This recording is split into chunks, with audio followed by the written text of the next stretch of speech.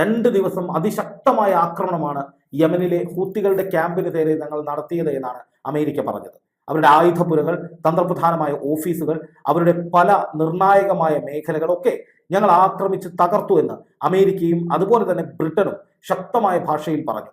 ഹൂത്തികൾ ഏതാണ്ട് അവസാനിച്ചു എന്ന് അവരുടെ ഭാഷയിൽ നിന്ന് മനസ്സിലാക്കിയ പലരും ഹൂത്തികൾ തീർന്നു, പിന്നെ എന്തിനാണ് നിങ്ങൾ ഇങ്ങനെ പറയുന്നത് എന്ന് എന്നോട് ചോദിച്ചത്. കാരണം ഞാൻ ഇന്നലെയും ഞാനും ഒക്കെ പറഞ്ഞത് ഹൂത്തികളുടെ ഭാഗത്തു നിന്ന് ഒരു തിരിച്ചടിക്ക് സാധ്യതയുണ്ട്, അതുമായി ബന്ധപ്പെട്ട അന്താരാഷ്ട്ര റിപ്പോർട്ടുകളൊക്കെ പുറത്തു വരുന്നുണ്ട് എന്നാണ്. പക്ഷെ അത് വിശ്വസിക്കാത്ത പലരും പറഞ്ഞത് ഹൂത്തികൾ കഴിഞ്ഞവരാണ്, തീർന്നവരാണ്, അതുകൊണ്ടൊന്നും നടക്കില്ല എന്നായിരുന്നു. ഇപ്പോൾ ദാ ഹൂത്തികൾ ചെയ്ത് കാണിച്ചിരിക്കുന്നു. ഇതിങ്ങനെ പോയി കഴിഞ്ഞാൽ പശ്ചിമേഷ്യ ഒന്നാകെ യുദ്ധം വ്യാപിക്കുകയും ചെങ്കടലിൽ ഗുരുതരമായ പ്രതിസന്ധി ഉടലെടുക്കുകയും അത് അന്താരാഷ്ട്ര എണ്ണവിലയടക്കം നിരവധി മേഖലകളിൽ അതിസങ്കീർണമായി ബാധിക്കുകയും ഒടുവിൽ വിലക്കയറ്റമടക്കമുള്ള ക്ഷാമമടക്കമുള്ള നിർണായകമായ അല്ലെങ്കിൽ അതീവ ഗുരുതരമായ പല സംഗതികളിലേക്കും ഈ ലോകത്തെ, പ്രത്യേകിച്ച് യൂറോപ്യൻ രാജ്യങ്ങളെ ഉൾപ്പെടെ കൊണ്ടുചെന്ന് എത്തിക്കുകയും ചെയ്യും.